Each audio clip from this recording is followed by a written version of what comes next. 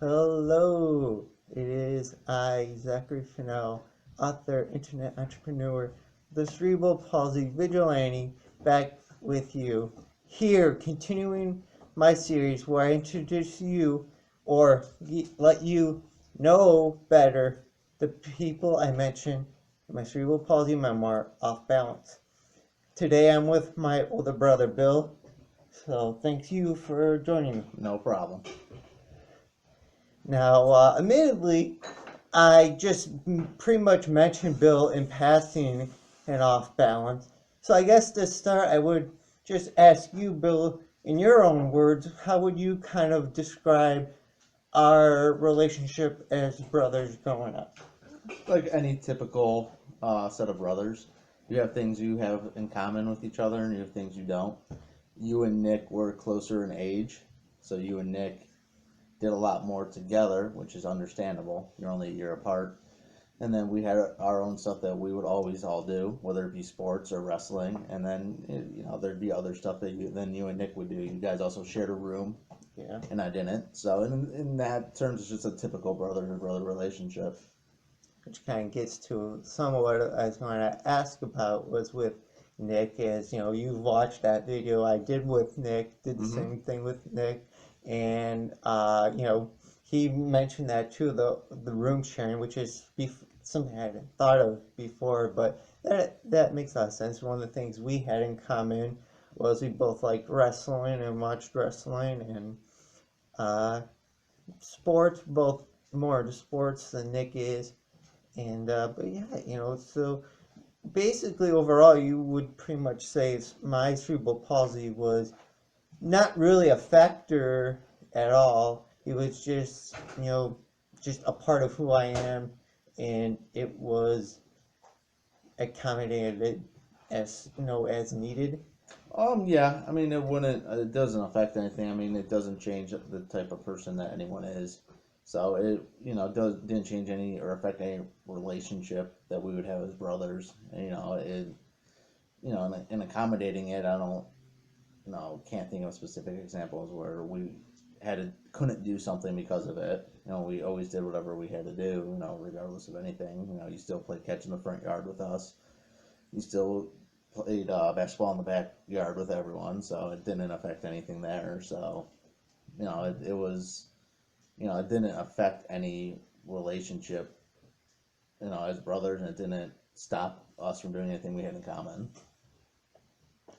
Yeah, it's always interesting because I think I tend to harp on what I didn't do is if like playing organized sports, but you just mentioned we'd play catch in the front yard, basketball in the backyard, and we like it's funny because one of your friends, childhood friends, Brian, commented on one of my Facebook posts earlier this year. I forget exactly what it was about, but he mentions like, yeah, I remember playing catch in the front yard, and then that game where you just I'm trying to remember like you run the bases I'll and pickle in the middle. yeah, That's yeah, always easier to remember the stuff you didn't do than the stuff yeah. it sticks out more in your mind than the stuff that you did do.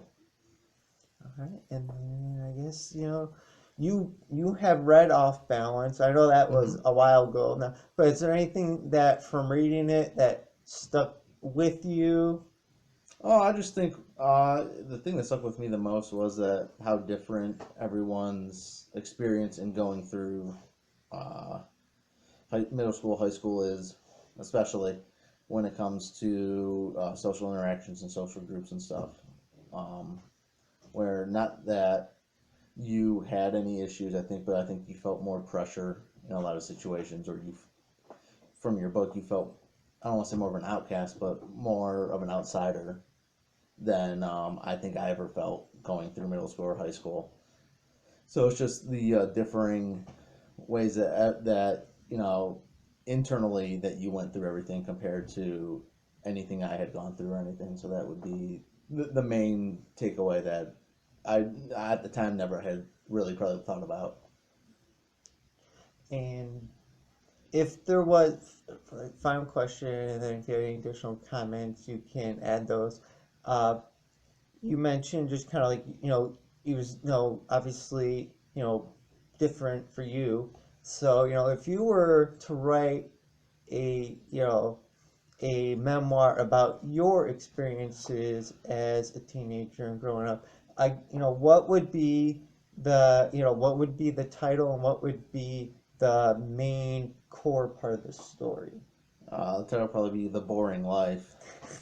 But I mean, it was, I just, not that I did anything fantastic, like really out of the ordinary. I just think it was a lot of going to school, make sure you got your work done working, and then girls. I mean, that'd be the main part of the story, and Yeah. all those kind of interactions.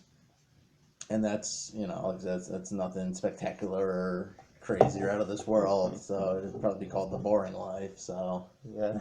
but that'd be the main, that'd be the differences in ours, is where I think you worried about more interactions with everybody, where when I was more of a teenager, I was more worried about interactions with girls than Yeah. other guys, because it was just easy for me to get along pretty much with everybody.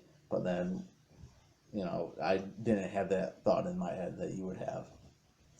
All right. Very good.